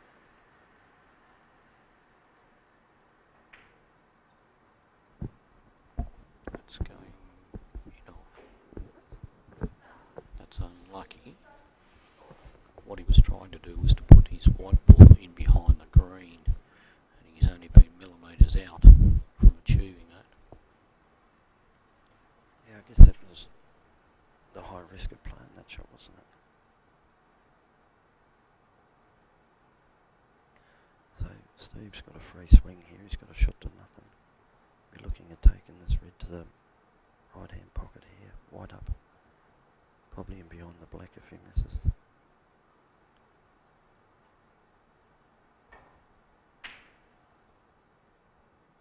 Gee, that really threw off, didn't it? I thought that was just a natural angle up behind there, but it certainly threw right off.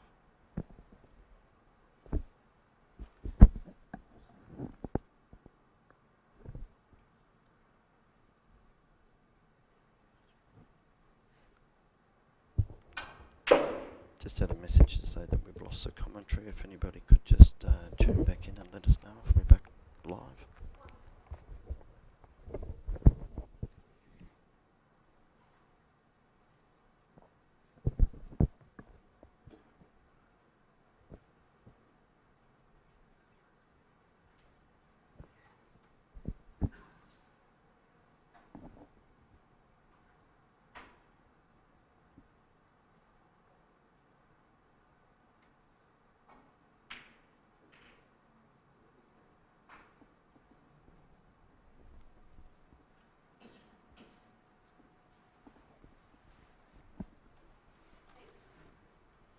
Oh, thanks, Glenn.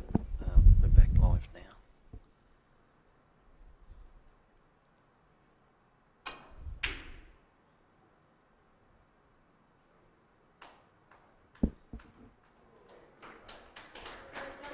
Curtis played a great shot. Would have liked that a bit further.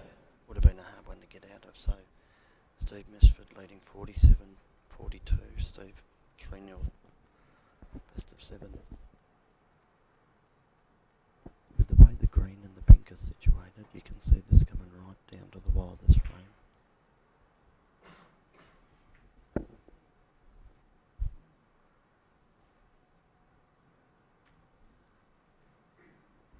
So Kirk can pop this. He's a bit hampered by the pink, however.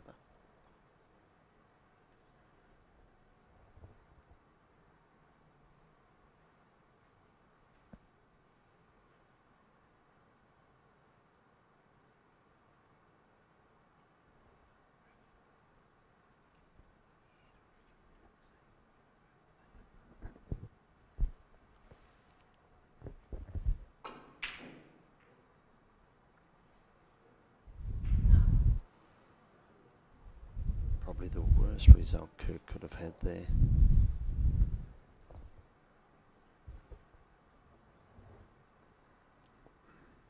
Which colour would you think that he'd be playing for here, Les? Oh. Start for the black or come down for the blue? Depends on how straight this is, Dave.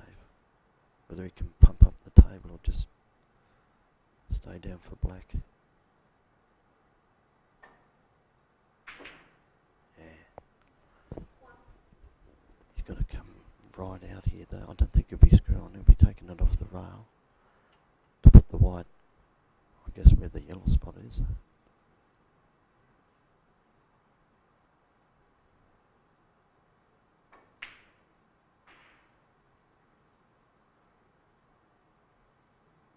He's just dropped short here.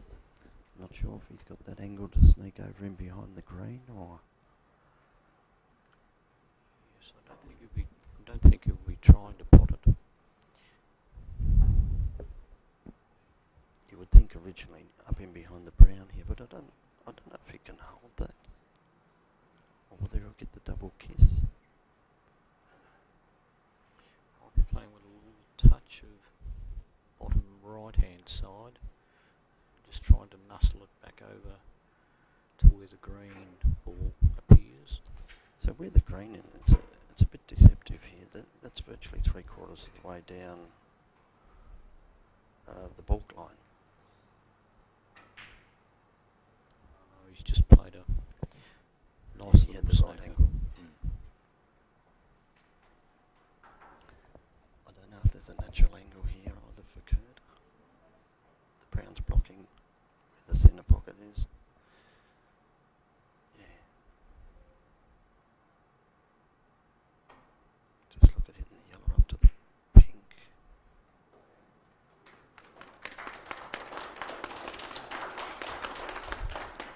You couldn't play that any better.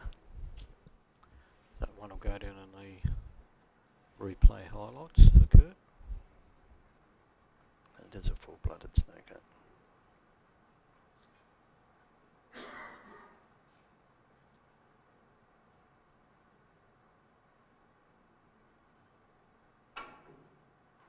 Oh, second time round. So foul and miss. You'll be sending him straight back into bat, I would imagine.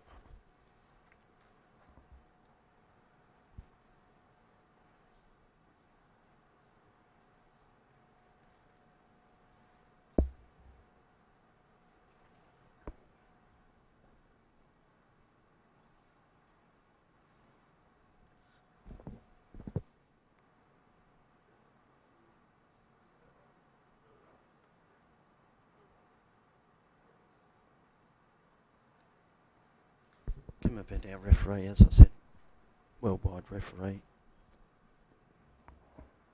Her dad, John Event, also accredited Australian referee.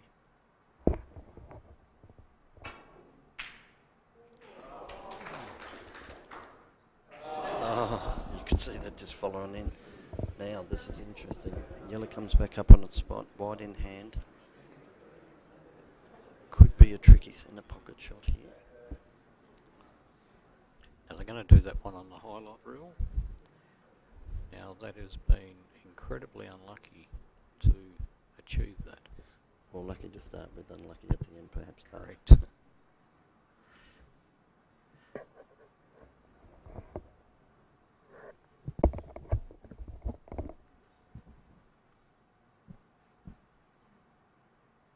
So Kurt still needs the pink here. This is why it's tricky for him.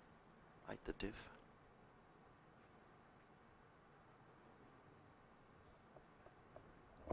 So in other words, what Liz is saying is that for those that are having trouble with the scoring is that Kurt needs yellow, green, brown, blue and the pink to win the frame. Yeah, he's played a heady shot there. That's good thinking. Bit unlucky. The white just dropped short. He was trying to get behind the green. He had a bit each way with trying to set the yellow behind the black as well. I'm not sure if Steve will clip off this, hit the yellow onto the black, send the white back up the table.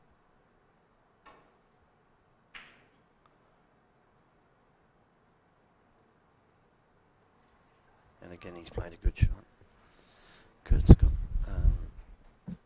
the face double, if you like, and send the white back up to the green where he's looking. He's got to watch that he doesn't get a double kiss, which I don't think he will. He's also a big chance of actually doubling the yellow into that right corner pocket.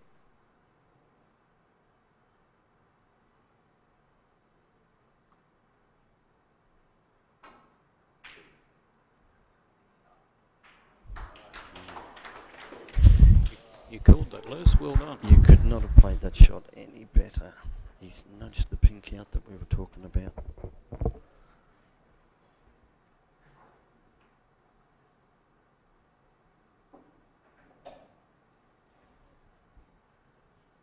That was a great shot. We're back now live.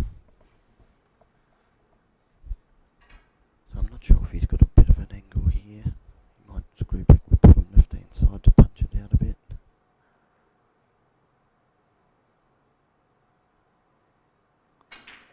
Yeah, that looked easy. But to get on the brown the way he wanted to, he had to jeopardise the pot. And when you're playing with the touch aside, which no doubt he has, it's thrown the white just marginally, which has made it jaw.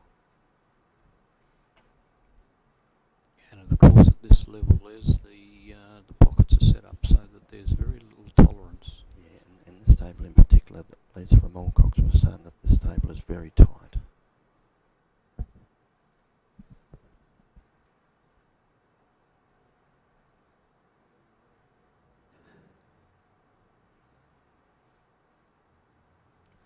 Now Ron Atkins' table we're playing on here. Ron would have had many happy occasions playing, knocking in his 100 breaks left, right and centre.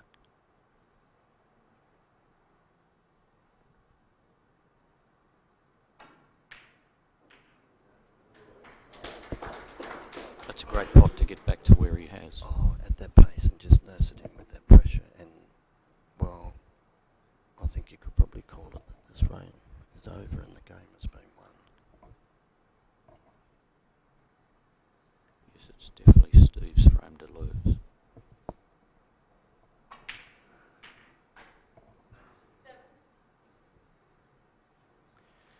Yeah, Kurt missed that green.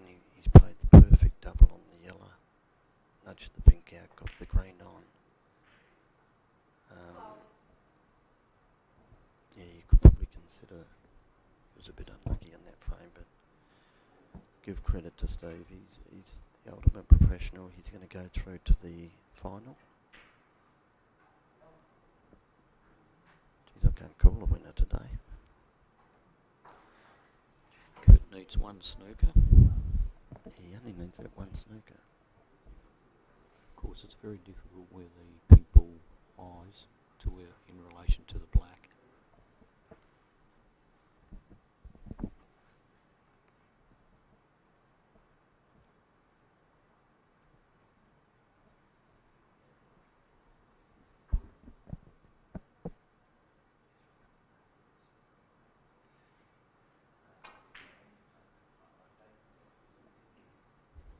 He's getting that an almighty shake.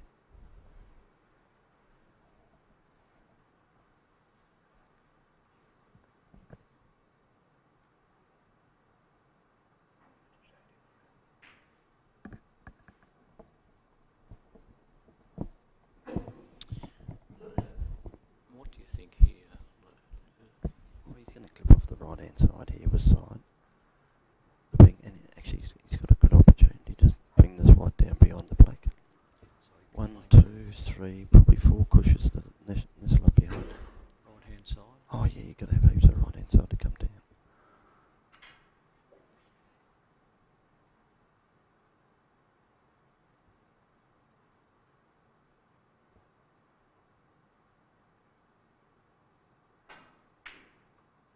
He's got too much on it, far too much. What he's actually done is hit the pink too thick there, and it's almost screwed off it.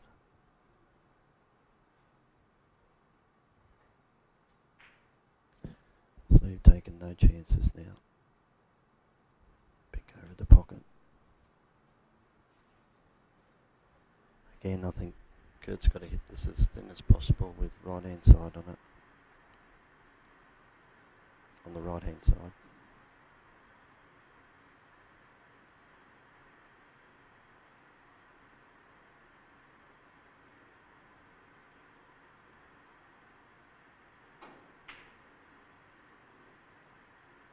Half a chance here. That is a brilliant shot. So that was a brilliant shot, as you probably heard in the background. I think, yeah, it's an easy one to get out of by the looks of it. Where's the white going here?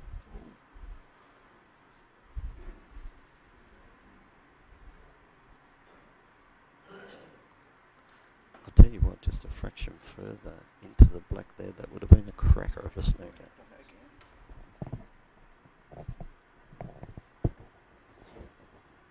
Salty at his best here.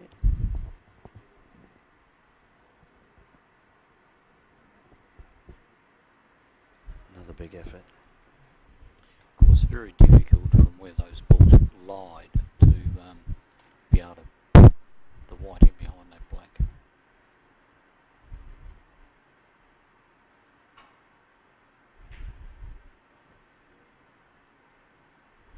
it's funny when you're in a situation like this, even though you seemingly have the frame won, it's as though you're the hunted.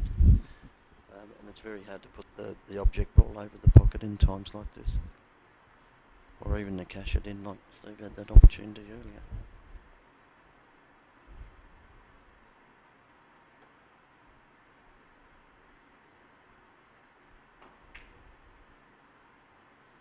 Nice if he kicks it out actually. Oh, he's kicked it out too much. He's been unlucky. He's put that up near the top of the back cushion.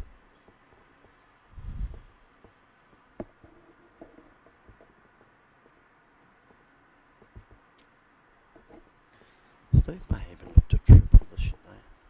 Up and down and back up to the Reventon sign. No.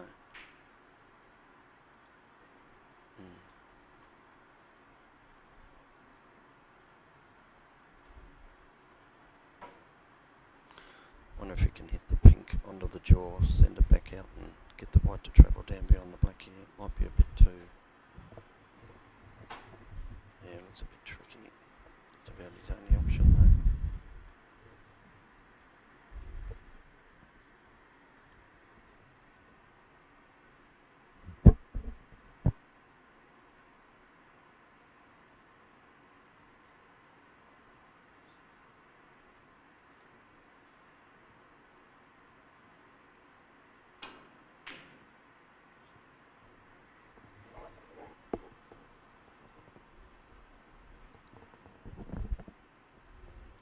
Steve will just be trying to roll this right into the heart of the pocket.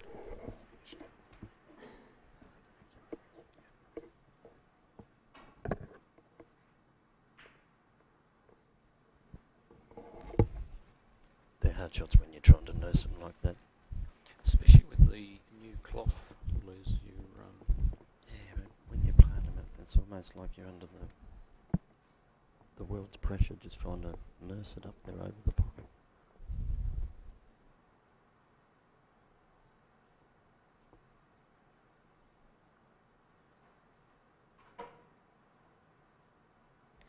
Tell you what, if Kurt does get the snooker beyond the black, it is going to be a ripper. Not just to get it, but I mean to get out of it, depending on where the pink goes, of course, but it's going to be chocker blocking beyond that black if he gets it.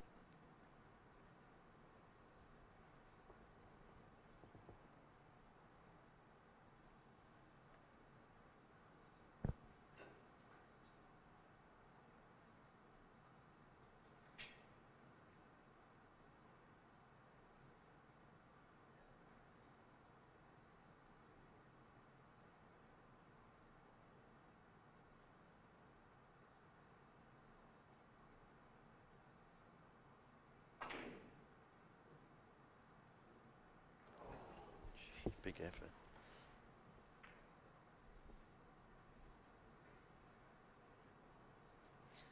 And I think that's all he was trying to do, is get the black out. Black out and running.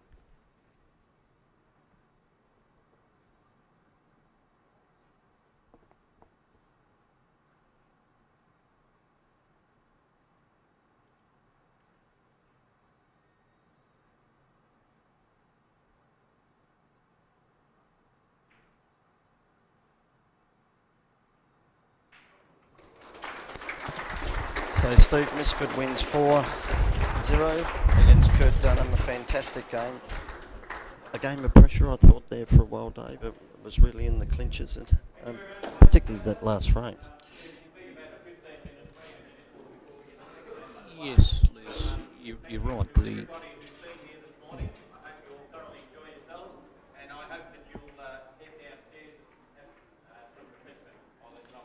So Paul Cosgrove has just said 15 to 20 minutes before the next semi-final starts. So yeah, get your refreshments. Joel's just entered the room here, and Matty's not too far away. Matty's here as well, so they'll have a bit of a practice session. Then they'll be on again, best of 7 between Joel Younger from Victoria and Matthew Bolton from Western Australia. It's going to be a crackerjack game, as we said before. It's hard to pick a winner in any of these games. So we look forward to coming back on again soon. and present you with the semi-final of the Atkins Classic for 2018. And so as we go on through the final, I'll give them an update on what the score is, and they'll use that as a background if they announce the result, etc. Okay. So if you can be here, sort of when the second semi is, getting on and